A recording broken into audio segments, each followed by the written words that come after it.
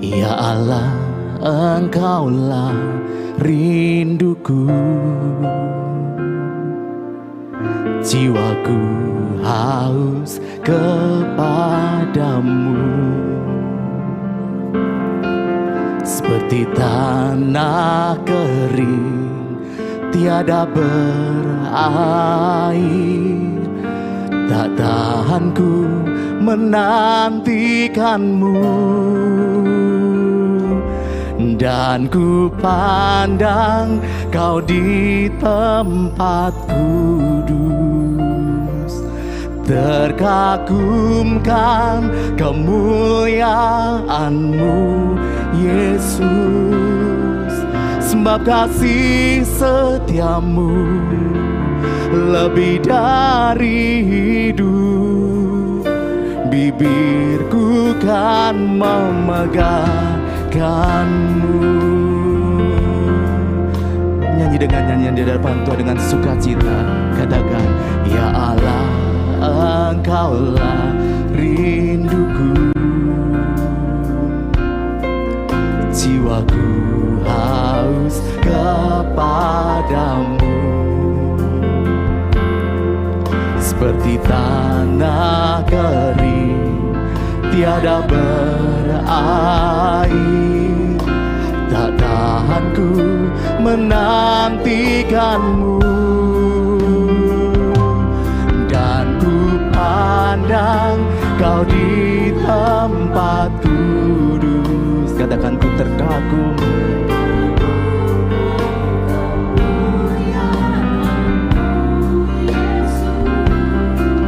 Sebab kasih setiamu lebih dari hidup, bibirku kan memegang.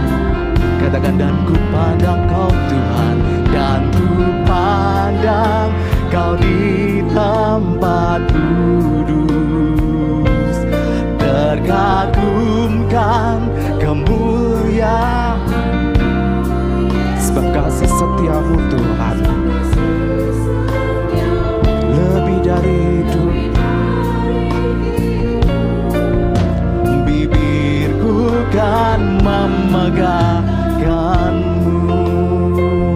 Nyanyi dengan sebagai kerinduan kita pada pagi hari di hadapan Tuhan. Katakan, ya Allah, Engkaulah rinduku. Jiwaku haus kepada. Kami merindukan akan pribadi-Mu pada pagi hari ini Tuhan. Penuhi setiap kami dengan kasih-Mu. Tak tahan ku menantikanmu, dan ku pandang Kau di tempat kudus. Terkagumkan kemuliaan-Mu, Yesus. Sebab kasih setiamu lebih dari hidup. Katakan, bibirku ku kan memegang, dan ku pandang Kau di tempat kudus. Terkagumkan kemuliaan-Mu, Yesus. Sebab kasih setiamu lebih dari hidup. Katakan, bibirku kan memuji-Mu Tuhan, dan ku pandang Kau di tempat kudus. Terkagumkan kemuliaan-Mu, Yesus. Sebab kasih setiamu lebih dari hidup, bibirku kan memegahkanmu,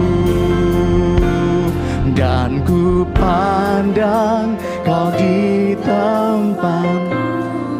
Nyanyi dengan hati di hadapan Tuhan, dengan kerinduan kita di hadapan Tuhan. Katakan sebab kasih-Mu Tuhan lebih dari hidup Tuhan. Kebaikan-Mu melimpah buat setiap kami. Lebih lagi di hadapan Tuhan katakan, dan ku pandang Kau di tempat kudus, terkagumkan kemuliaan-Mu Yesus. Sebab kasih-Mu lebih dari hidup, bibirku kan. Lebih lagi di hadapan Tuhan, kami pandang Kau Tuhan, dan ku pandang Kau di tempat duduk, terkagum.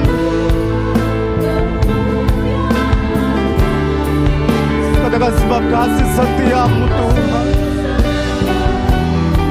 lebih dari hidup, bibirku kan memegang.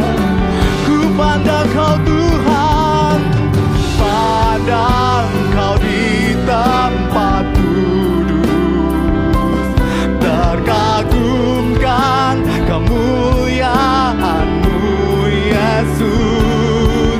Sebab kasih setia-Mu lebih dari hidup, bibirku kan.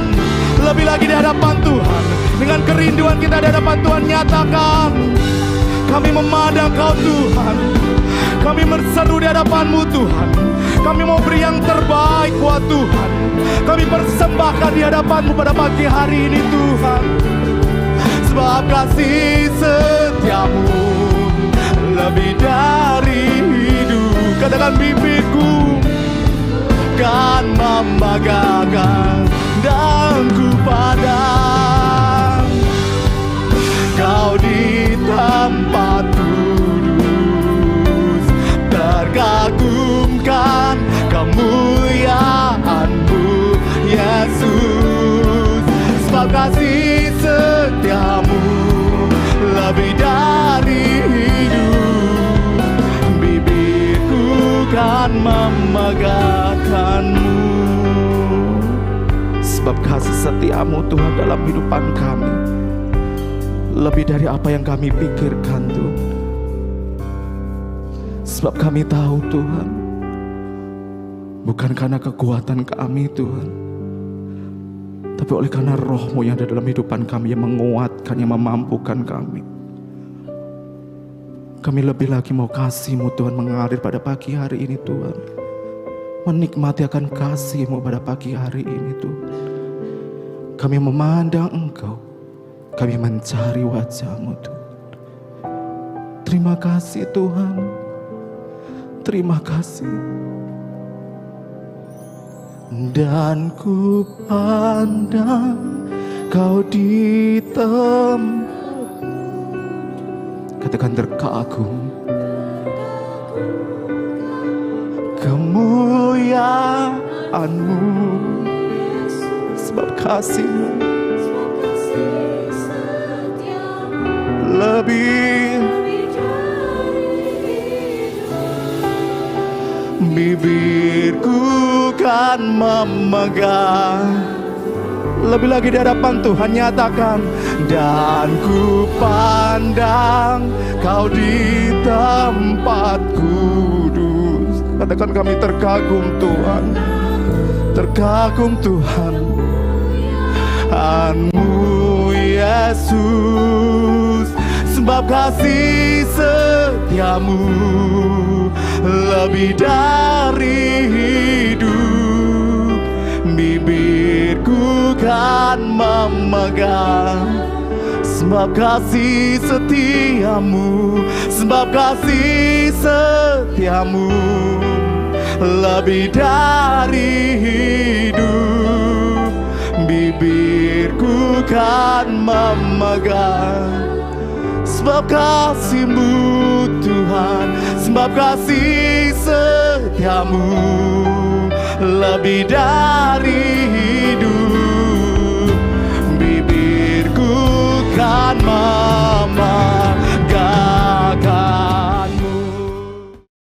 Puji nama Tuhan.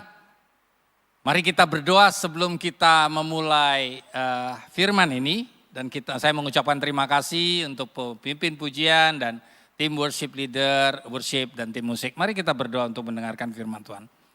Bapa yang ada di surga, kami mengucap syukur terima kasih untuk firman-Mu.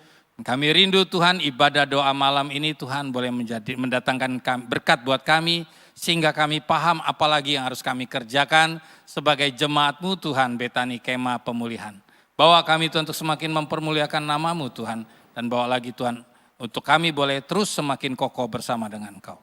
Berikan kami hikmat-Mu, pengertian-Mu, kebijaksanaan-Mu. Berikan kami firman-Mu Tuhan. Dalam nama Tuhan Yesus kami berdoa dan mengucap syukur. Haleluya. Amin. Silakan duduk Bapak Ibu dan kami kita mengucap syukur untuk hari ini. Saya mendapatkan tugas untuk menyampaikan firman pada ibadah doa malam ini dan hari ini saya rindu untuk mengajak Bapak Ibu melihat betapa ada tugas yang harus kita kerjakan. Selesaikan bagian kita. Apa itu yang dimaksud dengan selesaikan bagian kita? Mari kita lihat yang pertama adalah kita baca Yesaya 35 ayat 3. Mari kita baca sama-sama 2, 3. Kuatkanlah tangan yang lemah lesu dan teguhkanlah lutut yang goyah. Ada tugas yang Tuhan berikan kepada jemaat Kemah Pemulihan. Karena jemaat Kemah Pemulihan sudah masuk kepada level yang lebih tinggi. Kalau kemarin-kemarin kita hanya membahas tentang kehidupan kita. Tuhan bilang ada tugas untuk kita. Yaitu apa? Kita harus menguatkan tangan yang lemah lesu dan teguhkan lutut yang goyah. Akan ada banyak tugas-tugas ke depan ini yang harus dilakukan oleh jemaat Kemah Pemulihan.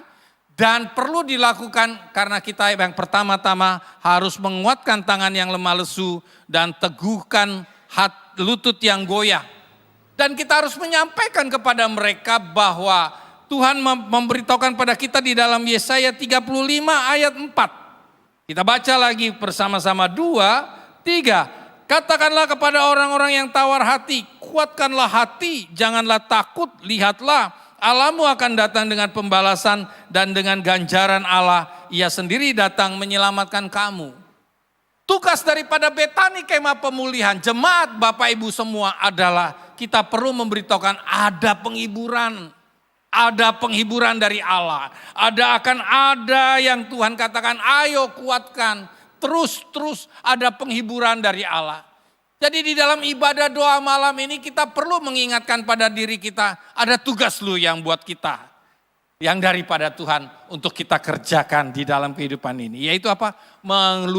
Memberikan kekuatan, meneguhkan tangan yang lemah, teguhkan lutut yang goyah. Karena kita harus memberitahukan kepada mereka ada penghiburan dari Allah untuk kita. Ngomong-ngomong, apa sih dan mengapa harus menguatkan saudara seiman? Apa pentingnya? Ngapain Pak capek-capek? Ngapain kita pusing-pusing untuk menguatkan saudara seiman?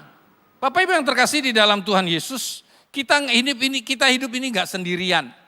Kita harus bekerja sama dan kita harus menjadi orang-orang yang mau dipakai oleh Allah untuk lebih luar biasa.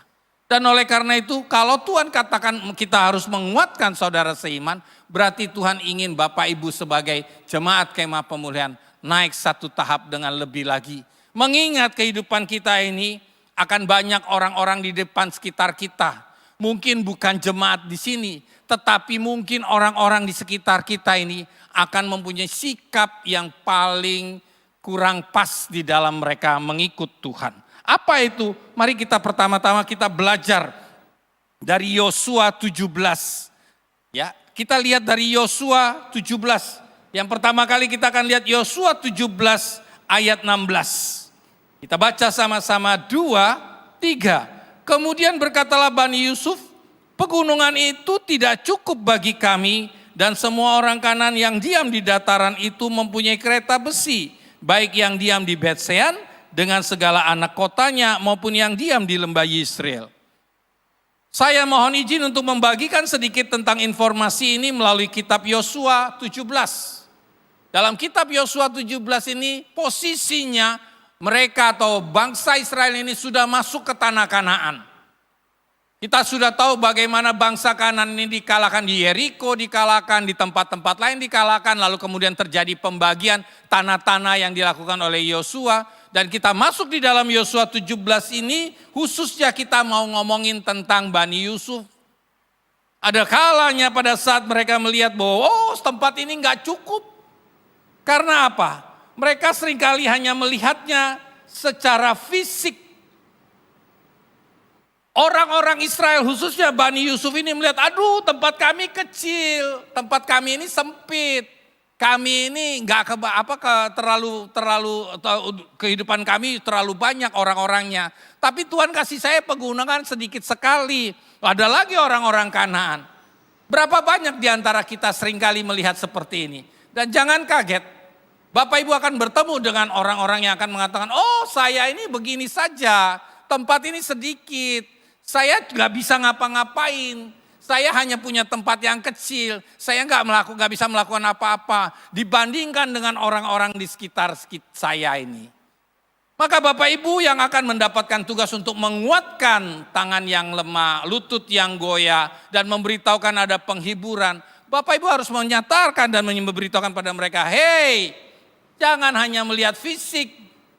Tapi sebelum kita melihat fisik ini, kita yuk pelajari dulu. Kenapa sih Bani Yusuf ini kok bisa ngomong seperti ini? Oh Yosua, pegunungan ini tidak cukup bagi kami.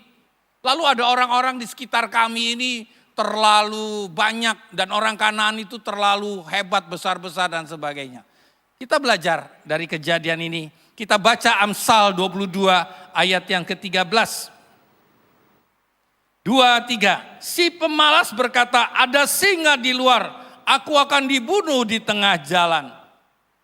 Bapak Ibu yang terkasih di dalam Yesus Kristus, seringkali dan belajar dari apa yang dikatakan oleh Amsal, pemalas seringkali mengatakan ada singa di luar. Jadi saya nggak bisa keluar karena ada singa di luar, maka saya harus ada di dalam terus dan saya nggak mau melakukan apa-apa. Pertanyaannya, apakah ini adalah comfort zone atau malas? Begitu juga dengan orang-orang yang di sekitar kita nanti. Pada saat kita memberi penghiburan, pada saat kita melakukan tugas kita, maka kita akan ketemu dengan orang-orang, oh tempat saya sempit, oh saya nggak punya apa-apa, saya nggak bisa apa-apa. Pertanyaan yang harus muncul dalam diri kita, ini orang malas atau dia merasa senang saja dengan situasi yang ada? Apakah dia lebih senang dengan situasi yang ada atau itu adalah bagian dari malas? Kalau saya minta maaf. Izinkan saya harus ngomong bahwa seringkali orang-orang di sekitar kita ada di dalam situasi malas dan juga senang dengan situasi yang sama. Seakan-akan ada singa di depan mereka dan mereka takut akan singa itu dan mereka nggak bisa pergi kemana-mana dan mereka lebih pilih nggak pergi kemana-mana. Itulah yang merupakan gambaran daripada hanya melihat fisik yang terjadi kepada Bani Yusuf.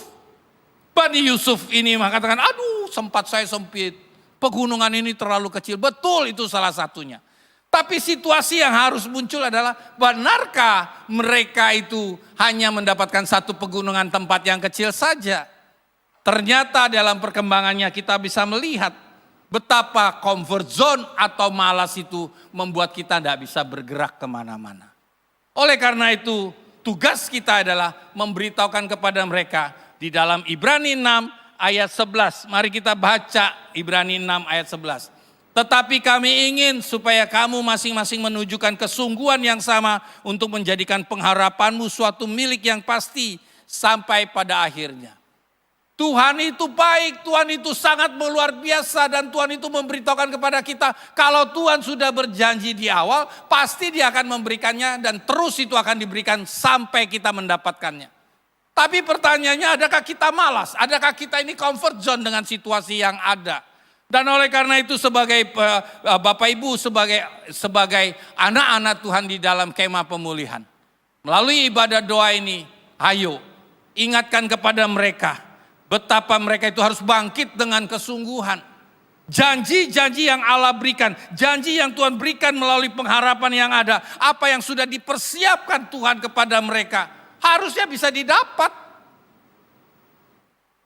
Dan di dalam kita memakai gambaran di dalam Yosua 17 itu. Tanah Kanan itu luas dan mereka sudah mendapatkan bagian kok. Tapi Bani Yusuf ini tidak mau mengerjakannya. Karena mereka menganggap udah cukuplah segini. Begitu mereka menjadi semakin kokoh, semakin besar dan tempatnya nggak cukup. Mereka lalu melihatnya, aduh banyak orang-orang di sekitar. Betapa kita ini akan ketemu dengan orang-orang yang banyak alasan. Malas, comfort zone. Dan mereka akan bilang udah begini aja. Tapi akhirnya komplain sama Tuhan dan mengatakan Tuhan cuman kok ngasih saya segini-segini aja. Hari ini kita belajar di dalam Ibrani 6 ayat 11. Kami ingin supaya kamu masing-masing menunjukkan kesungguhan yang sama untuk menjadikan pengharapanmu suatu milik yang pasti sampai pada akhirnya. Harus kita bangkitkan dulu kepada mereka. Ayo Bapak Ibu, ayo. Tuhan gak setengah-setengah kok dalam mengerjakan kok. Maka tugas Bapak Ibu di dalam memberikan penguatan kepada mereka, ada penghiburan itu. Bangkitkan orang-orang di sekitar Bapak Ibu itu untuk memberitakan pada mereka. Pengharapan yang daripada Tuhan itu benar kok. Enggak sia-sia kok. Tuhan sudah memastikan akan memberikan dan Tuhan pasti akan memberikannya. Sekarang bagaimana dari sikap daripada orang-orang yang ada di sekitar kita ini. Itu yang pertama. Dan kita melihatnya dari sisi yang kedua, Ibrani 6 ayat 12. Kita baca lagi. Agar kamu jangan menjadi lamban, tetapi menjadi penurut-penurut mereka yang oleh iman dan kesabaran mendapat bagian dalam apa yang dijanjikan Allah. Bapak Ibu yang terkasih di dalam Yesus Kristus, sebagai orang-orang yang harus menyelesaikan tugas, menghibur mereka, memberitahukan kepada mereka, mengingatkan mereka, selain membangkitkan mereka harus dengan kesungguhan, maka yang kedua yang harus kita lakukan adalah suruh mereka mengejar apa yang dijanjikan. Banyak sekali orang hanya memandang apa yang fisik saja, lalu kemudian kita matikan semua janji-janji, lalu kita matikan rencana ke depan yang Tuhan sudah persiapkan untuk kita. Dan kita katakan Tuhan cuma memberikan saya sedikit saja. Betani Kemah Pemulihan, ini tugas daripada Tuhan untuk kita. Mengingatkan kepada orang-orang di sekitar kita, hayo kejar yang dijanjikan Tuhan. Hayo dikerjakan, harus dilakukan, akan bisa dikerjakan. Karena apa? Tuhan sudah kasih. Tinggal sekarang kita yang menyelesaikan, tinggal sekarang kita yang mengerjakan. Mau tidak? Dan sebagai jemaat Kemah Pemulihan yang mendapat tugas untuk mengingatkan, maka ingatkan pada mereka, hayo bangkit. Dan yang kedua, hayo kejar apa yang dijanjikan. Maka kita akan melihat hasilnya. Mari kita melangkah lagi kepada belajar daripada apa yang terjadi di dalam Yosua 17 ayat yang ke-17.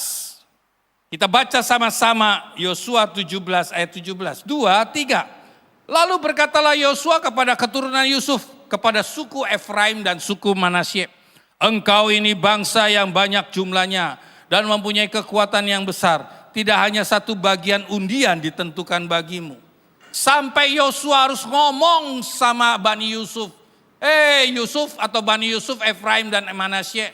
Kalian itu bangsa yang besar. Kalian mendapatkan tempat yang besar. Kalau seandainya Bapak Ibu punya waktu, pelajari waktu di dalam Yosua 13 dan Yosua 14. Bagaimana Yosua sudah mendapatkan dari tugas daripada Tuhan untuk membagi tentang daerah-daerah yang harus dimiliki. Dan termasuk Manasye dan Efraim ini. Tapi sampai di ayat 16 tadi mereka katakan, oh saya cuma diberikan pegunungan yang kecil. Dibalas sama Yosua dengan kata, engkau ini bangsa yang banyak jumlahnya dan mempunyai kekuatan yang besar. Tidak hanya satu bagian undian ditentukan bagimu. Bapak Ibu yang terkasih di dalam Yesus Kristus, sebagai anak-anak Tuhan, sebagai gereja Betani Kemah Pemulihan.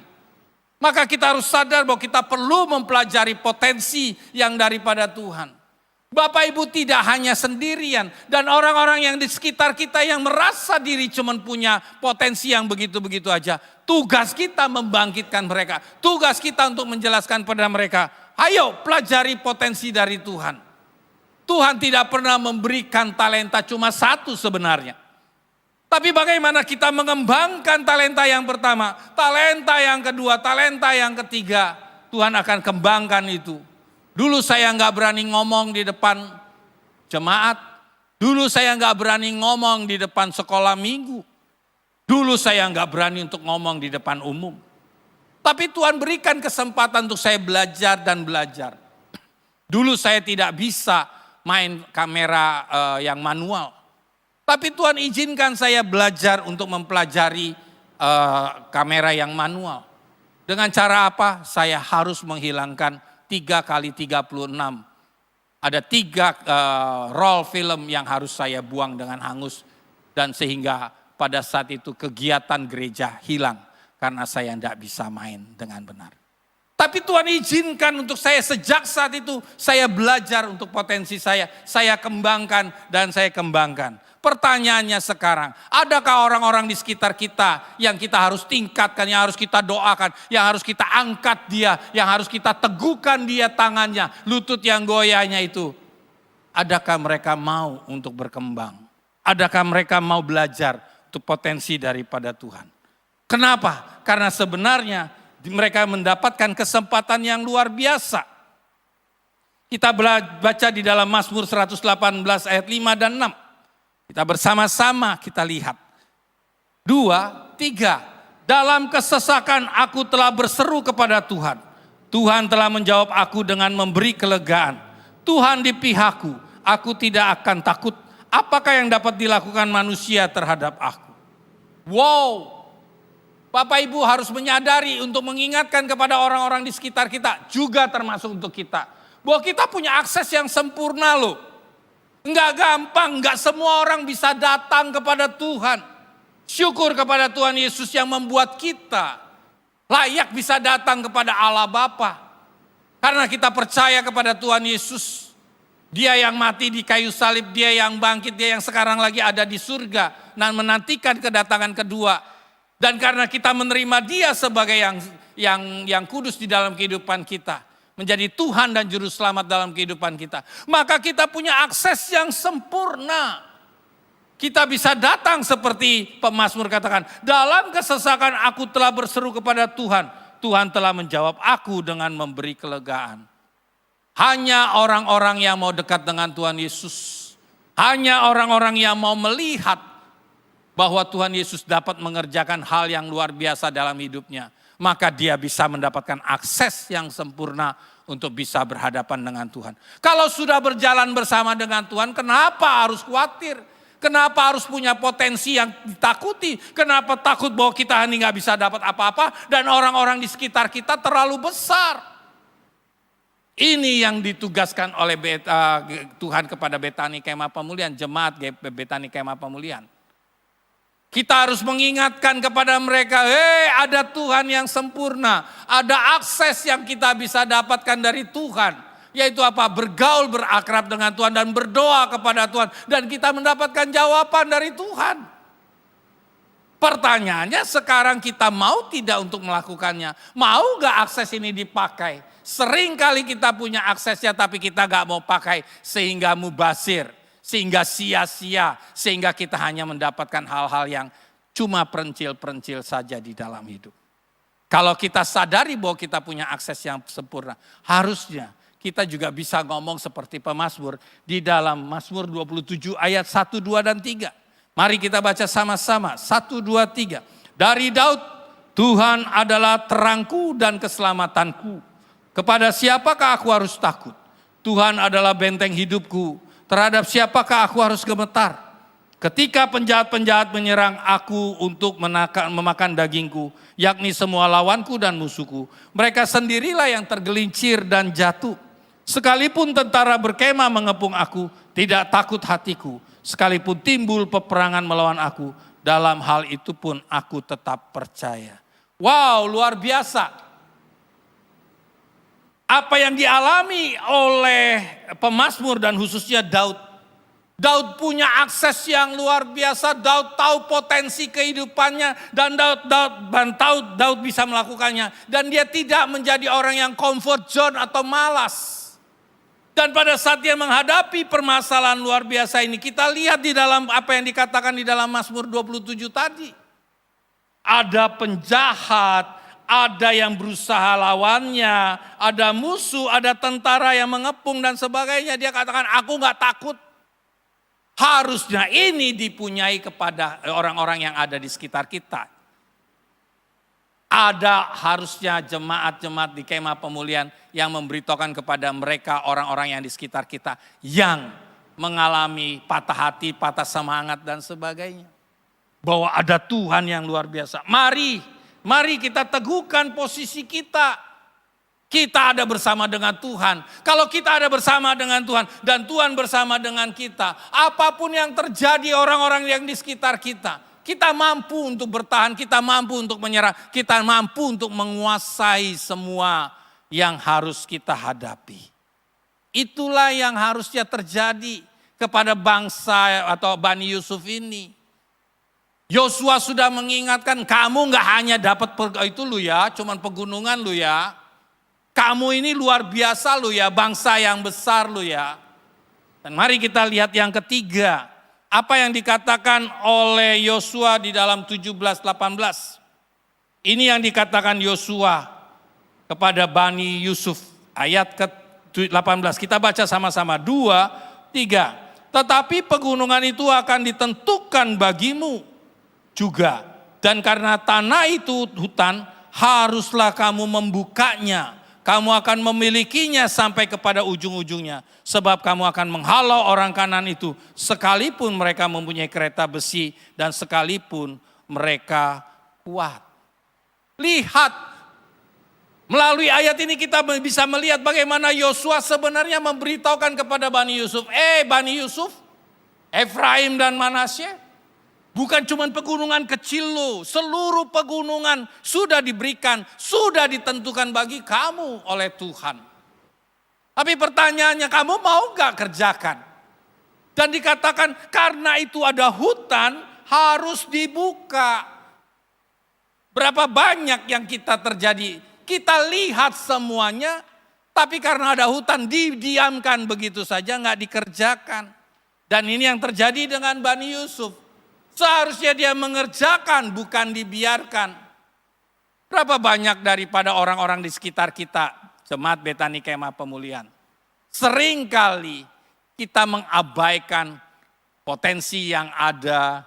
Dan sebenarnya Tuhan sudah berikan yang terbaik. Dan ada bagian yang harus dikerjakan, tapi kita nggak kerjakan. Apa bedanya kita dengan Bani Yusuf, Efraim dan Manasye? Yang maunya cuma malas-malasan, yang mau leha-leha, yang mau enak-enakan. Kalau itu yang terjadi dalam kehidupan Bapak Ibu, ayo balik dalam nama Tuhan Yesus bertobat. Dan kalau ada orang-orang di sekitar Bapak Ibu yang mengalami hal yang sama, ajak mereka, ayo bertobat. Bangkit. Karena apa? Potensi yang Tuhan berikan itu sebenarnya besar. Tinggal mau jalan apa tidak, kerjakan atau tidak, mau melangkah atau tidak.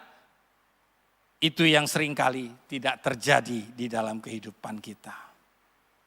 Bahkan seringkali di dalam kehidupan kita, kita seperti apa yang dikatakan oleh Rasul Paulus di dalam 2 Korintus 8 ayat 10. Inilah pendapatku, mari kita baca sama-sama. 2, 3. Inilah pendapatku tentang hal itu, yang mungkin berfaedah bagi kamu. Memang sudah sejak tahun yang lalu kamu mulai melaksanakannya dan mengambil keputusan untuk menyelesaikannya juga. Berapa banyak di antara kita yang sudah merencanakan segala sesuatu? Berapa banyak dari orang-orang sekitar Bapak Ibu Kemah Pemulihan? Orang-orang di sekitar Bapak Ibu sudah, oh ya aku janji. Aku mau bikin ini, aku akan melakukan itu. Aku sudah merencanakannya, aku sudah mempersiapkannya dan membuat semuanya ini jadi kok. Tapi toh karena ada 1-2 masalah, kita diamkan dan kita tinggalkan semuanya itu. Kita biarkan tidak dikerjakan. Kita biarkan itu mengawang-awang. Harapannya kita bisa mendapatkan yang terbaik, tapi karena kita nggak mengerjakannya, percuma. Sudah direncanakan, sudah dilaksanakan dengan baik, tapi sayangnya tidak mendapatkan hasil yang baik. Karena apa? Karena 2 Korintus 8 ayat 11 menyebutkan ada permintaan yang harus dilakukan di dalam 2 Korintus 8 ayat 11. 2, 3. Maka sekarang selesaikan jugalah pelaksanaannya itu. Hendaklah pelaksanaannya sepadan dengan kerelaanmu. Dan lakukanlah itu dengan apa yang ada padamu. Kita diminta sama Rasul Paulus, selesaikan dan kerjakan. Jangan cuma rencana tok, jangan rencana untuk menyelesaikannya tapi kita diamkan. Yang diharapkan oleh kita pada saat sekarang. Dan tugas dari Bapak Ibu untuk mengingatkan kepada orang-orang di sekitar. Ayo selesaikan, ayo kerjakan. Kamu sudah rencanakan kok, jangan malas. Jangan karena ada masalah lalu kamu diam dan akhirnya tidak dikerjakan. Ayo, Bapak Ibu bertugas untuk menguatkan mereka. Menegaskan kepada mereka. Ada tugas yang daripada Tuhan. Jangan khawatir ada penghiburan daripada Tuhan. Tuhan menyertaimu. Ayo bergerak, selesaikan dan kerjakan semuanya. Kenapa saya katakan bahwa Tuhan ada penghiburan daripada Tuhan. Dan Tuhan ada bersama-sama dengan kita. Ini ayatnya yang mengingatkan pada kita. Di dalam Mazmur 16 ayat 5 dan 6. Kita baca sama-sama. 2, 3. Ya Tuhan, Engkaulah bagian warisanku dan pialaku. Engkau sendirilah yang meneguhkan bagian yang diundikan kepadaku. Tali pengukur jatuh bagiku di tempat-tempat yang permai. Ya, milik pusakaku menyenangkan hatiku. Bapak Ibu yang terkasih di dalam Yesus Kristus. Berapa banyak daripada kita menyadari bahwa karena kita sudah dekat dengan Tuhan Yesus, karena kita sudah mengenal Tuhan Yesus, sebenarnya Tuhan Yesus sudah menata kehidupan kita dan memberikan kepada kita apa-apa yang sudah Dia siapkan untuk kita boleh memuliakan Tuhan di manapun kita berada. Dan takaran bagi kita itu pasti. Nah, pertanyaannya sekarang Bapak Ibu menyadari tidak bahwa Tuhan sudah memberikan kepada kita warisan. Kita Tuhan diberikan piala, kita diteguhkan dan undian yang jatuh pada kita sudah pasti. No, ini lo milikmu ya Tantra. No, ini lo kemah pemulihan. Lakukan ini lo. Ini takaran yang aku berikan bagi kalian. Itu kata Tuhan. Dan kalau Tuhan sudah memberikannya menjadi milik pusaka yang menyenangkan hati Tuhan, hati kita karena apa? Tuhan selalu memberikan kepada kita yang terbaik. Tuhan memberikan kepada kita yang menyenangkan hati kita. Karena dengan demikian Tuhan selalu memberikan kepada kita is the best. Enggak ada yang namanya KW2, KW3. Enggak, Tuhan selalu memberikan yang the best. Oleh karena itu Bapak Ibu yang terkasih di dalam Yesus Tuhan. Adakah engkau menyadari bahwa Tuhan adalah Tuhan yang luar biasa, memberikan yang terbaik. Maka tugas Bapak Ibu untuk mengingatkan kepada orang-orang di sekitar Bapak Ibu itu. Ayo jalani, ayo kerjakan, semangat lagi, laksanakan lagi, selesaikan lagi. Bukankah kita mendapatkan warisan yang tepat? Bukankah takaran yang sudah diberikan Tuhan adalah yang luar biasa? Dan yang terakhir Bapak Ibu, perhatikan di dalam Mazmur 16 ayat 11. Kita baca sama-sama. 2, 3. Engkau memberitahukan kepadaku jalan kehidupan. Di hadapanmu ada sukacita berlimpah-limpah. Di tangan kananmu ada nikmat senantiasa.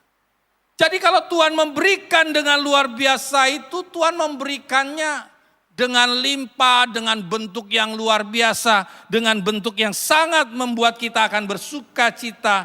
Dan Tuhan akan memberitahukan pada kita hal-hal yang nikmat. Pertanyaannya adalah, bisa enggak kita berikan Tuhan memimpin hidup kita? Kalau Tuhan memimpin hidup kita, ya kerjakan bagian kita. Selesaikan tugas kita. Dan tugas daripada Bapak Ibu, sekali lagi ingatkan orang-orang di sekitar Bapak Ibu nantinya, saya enggak tahu kapan. Tapi ada di sekitar Bapak Ibu yang nanti akan ngeluh seperti ini. Aku enggak punya apa-apa, aku enggak bisa apa-apa. Tuhan katakan, ayo sampaikan kepada mereka, hibur mereka. Bahwa di dalam Tuhan mereka juga harus menyelesaikan. Jadi tugas kita menyelesaikan untuk menghibur mereka. Mereka harus menyelesaikan tugas yang sudah Tuhan persiapkan buat mereka. Amin. Amin. Tuhan memberkati. Mari kita berdoa. Kami mengucap syukur Tuhan untuk semua yang sudah Engkau berikan. Bawa kami Tuhan untuk mengerjakan bagian kami. Bawa kami Tuhan untuk tidak jadi malas atau merasa ada comfort zone saja Tuhan. Bawa kami Tuhan untuk tidak hanya sudah Engkau berikan pada kami yang terbaik, tapi kami hanya mengerjakan sedikit saja. Dan itu membuat Engkau tidak puas dengan keberadaan kami karena kemalasan kami. Oleh karena itu Tuhan, kami minta dalam nama Tuhan Yesus, ampuni kami kalau kami malas, ampuni kami kalau kami mengabaikan semuanya. Bawa kami Tuhan untuk boleh semakin meneguhkan diri kami. Dan khususnya Tuhan, buat kami sebagai orang-orang yang mendapatkan tugas untuk menghibur dan menguatkan tangan yang lemah lesu Tuhan dan kaki yang goyah. Biarlah Tuhan kami juga melaksanakannya dengan baik. Sehingga Tuhan, jemaat-Mu Tuhan boleh semakin hari semakin maju dan memasuki kehidupan dan tingkat kepada kedewasaan yang lebih lagi. Berkati Bapak Gembala Senior, Pak Dr. Cahyono, Bapak Engkau berkati. Dan juga Tuhan Engkau berkati Pak Yeri, Bapak sebagai pengurus yang ada. Juga Tuhan pengurus-pengurus yang ada Kau berkati. Para diaken yang ada Tuhan Kau berkati. Dan juga Tuhan jemaat-Mu Tuhan Kau bawa semakin mempermuliakan nama.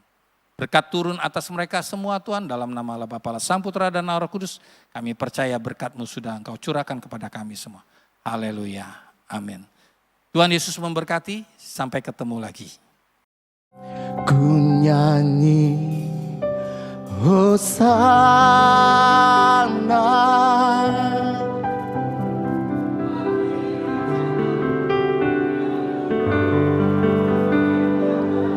katakan aku muliakan.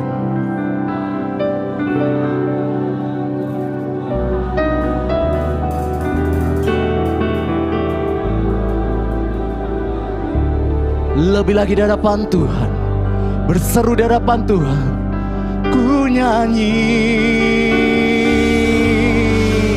Hosana.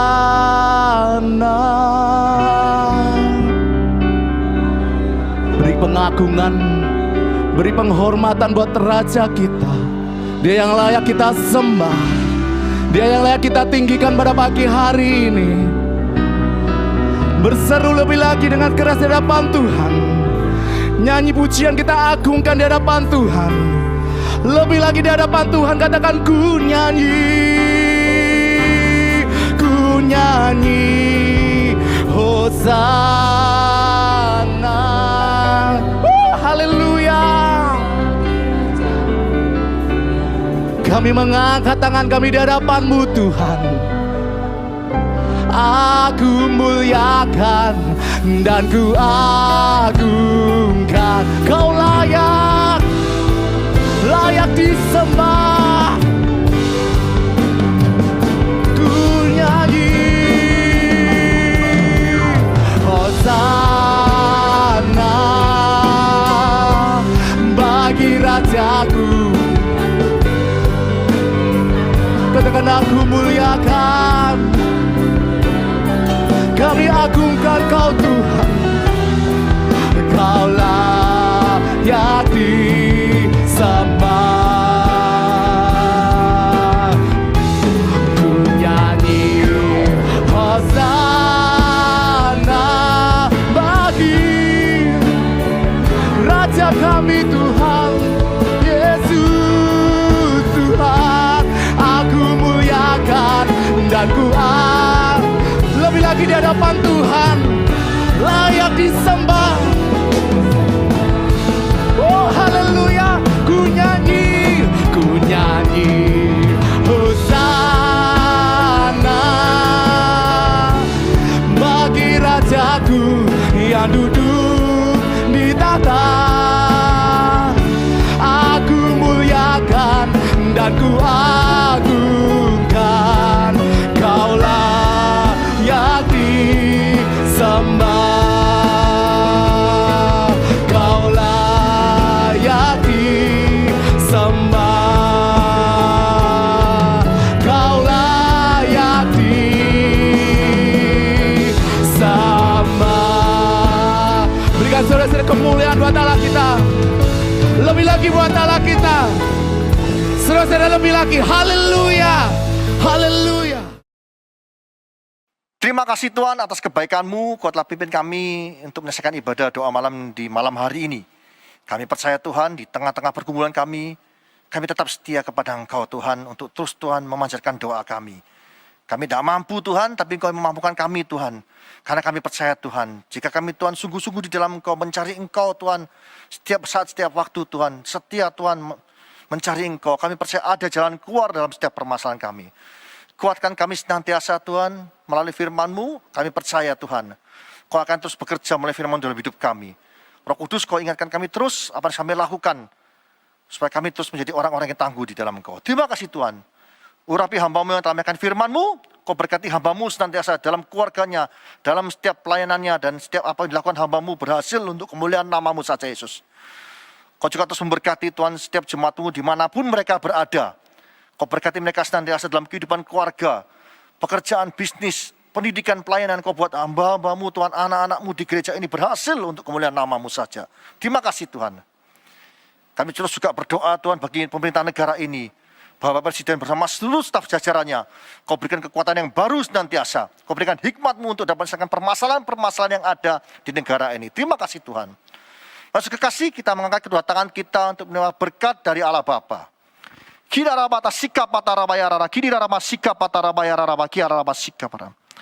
Tuhan, layakkan hamba-Mu untuk menerima berkat bagi jemaat-Mu dimanapun mereka berada. Saudara kasih, terimalah berkat dari Allah Bapa di dalam anaknya Tunggal Yesus Kristus dan persekutuan Roh Kudus.